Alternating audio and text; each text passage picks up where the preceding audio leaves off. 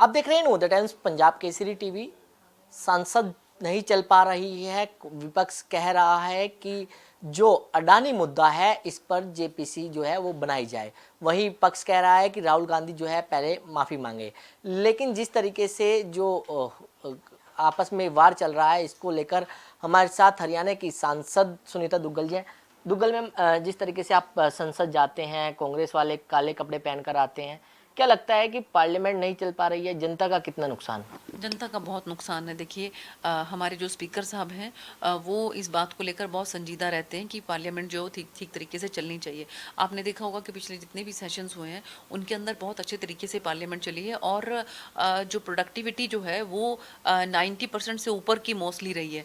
लेकिन अब की बार जिस तरह का एक बात को लेकर, और वो बात भी क्या है कि अगर कोई कानून से ऊपर उठकर अगर कोई काम करता है, अगर कोई किसी को व्यक्ति विशेष को या जाति विशेष को या कि इस तरह से अगर कोई किसी पर टिप्पणी करता है और वो ठेस लगती है अगर किसी को, और अगर वो कोर्ट में जाता है, कोर्ट अपनी सज़ा सुनाता है, तो ऐसे उसमें जो है इसको एक पार्टी जो है कैसे भुनाने की कोशिश कर रही है। मुझे लगता है कि जनता इन सब बातों को देख रही है।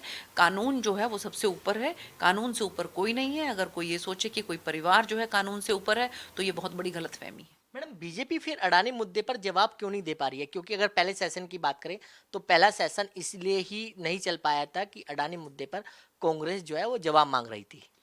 देखिए, कोई भी व्यवसायी अगर है, कोई भी बिजनेसमैन है अगर, तो अगर उसके शेयर्स जो हैं वो उसमें उतार चढ़ाव आता है, तो ये हमारे और बहुत से इंस्टीट्यूशंस हैं, सेबी है, उनको देखना है। इसके साथ साथ आपने देखा होगा कि सुप्रीम कोर्ट ने भी जो है वो इसके बारे में सेबी से और जो इंस्टीट्यूशंस हैं उनसे जवाब मांगा है।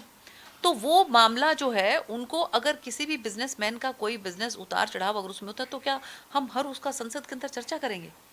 उसमें जो बहुत से दूसरे इंस्टीट्यूशंस हैं, दूसरे डिपार्टमेंट्स हैं, सेबी देख रहा है उसको, और उसको सुप्रीम कोर्ट के अंदर भी जो है उसके अंदर उन्होंने भी उसके लिए मांगा है, जवाब मांगा है, तो वो देख रहे हैं उसमें। तो मुझे नहीं लगता कि कोई भी बिजनेसमैन इसमें, सिर्फ अडानी की ही बात क्यों करें, और भी बहुत से बिजनेसमैन हैं, उनके शेयर्स जो हैं वो उसमें उतार चढ़ाव होता रहता है।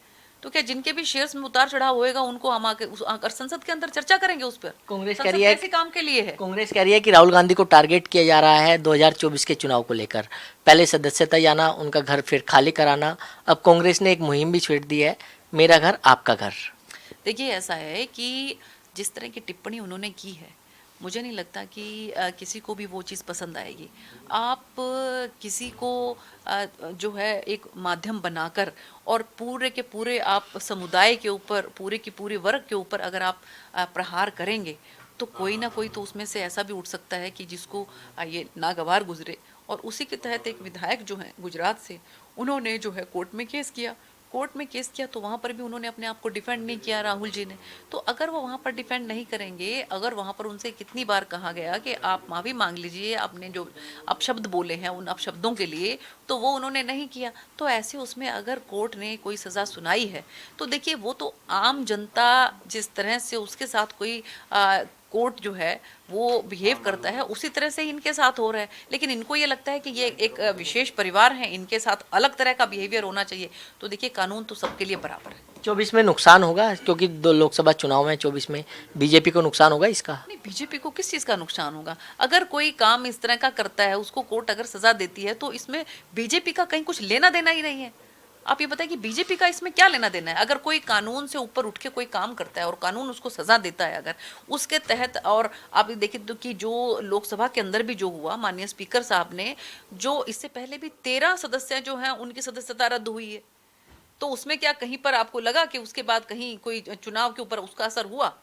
तो ये सब बातें जो हैं, क्योंकि ये एक लोगों के अंदर मानसिकता डालने की कोशिश की जा रही है कि एक परिवार विशेष जो है वो सब चीज़ों से ऊपर है, वो देश से ऊपर है, वो कानून से ऊपर है। लेकिन अब जनता इन बातों को सब समझती है, और आप देखते हैं कि जिस तरह से जनता के बीच में जब भारतीय जनता पार्टी जाती है माननीय प्रधानमंत्री नरेंद्र मोदी जी के नेतृत्व में, तो चाहे हम नॉर्थ ईस्ट की बात करें, चाहे हम गुजरात की बात करें, उत्तर प्रदेश की बात करें, जिस तरह का मैंडेट जो है हमें मिलता है, तो जनता हमें जो है हमारे काम को पसंद करती है, हमारे विकास के कामों को पसंद करते हुए हमें मैंडेट देती है। विकास की आपने बात करी, हरियाणा से आप आती हैं। डबल इंजन की सरकार कहा जाता है। आज प्रधानमंत्री नरेंद्र मोदी ने भी हरियाणा सरकार को बधाई दी है कि 100% जो है वो रेलवे लाइन इलेक्ट्रिक हो गई है। कैसे देख रहे हैं आप, कितनी बड़ी उपलब्धि है? मैं माननीय प्रधानमंत्री जी का धन्यवाद करती हूँ, रेल मंत्री जी का धन्यवाद करती हूँ और बधाई देती हूँ पूरे हरियाणा प्रदेश वासियों को कि माननीय मनोहर लाल जी के नेतृत्व में कि किस तरह से पूरा रेलवे का जो है इलेक्ट्रिफिकेशन हरियाणा के अंदर हुआ है। इससे हमारे यात्रियों को भी बहुत लाभ मिलेगा और इसके साथ साथ जो है वो पर्यावरण को भी बहुत लाभ मिलेगा, क्योंकि अगर हम फॉसिल फ्यूल इस्तेमाल करते हैं, अगर हम कोयला इस्तेमाल करते हैं तो उसमें बहुत ज़्यादा पर्यावरण को भी जो है वो प्रदूषण झेलना पड़ता है, लेकिन इलेक्ट्रिफिकेशन होने से प्रदूषण में भी जो है वो लगाम लगेगी। तो बिल्कुल ये थी सिरसा से सांसद सुनीता दुग्गल, जिन्होंने नवोदय टाइम्स पंजाब केसरी के साथ खास बातचीत की। दिल्ली से कमल कुमार कंसल, नवोदय टाइम्स पंजाब केसरी टीवी। हमसे जुड़े रहने के लिए हमारे YouTube चैनल को सब्सक्राइब करें और नई वीडियो की नोटिफिकेशन के लिए बेल आइकॉन को दबाएं। अगर आप ये वीडियो Facebook पर देख रहे हैं तो लाइक जरूर करें और ज्यादा से ज्यादा शेयर करें। धन्यवाद।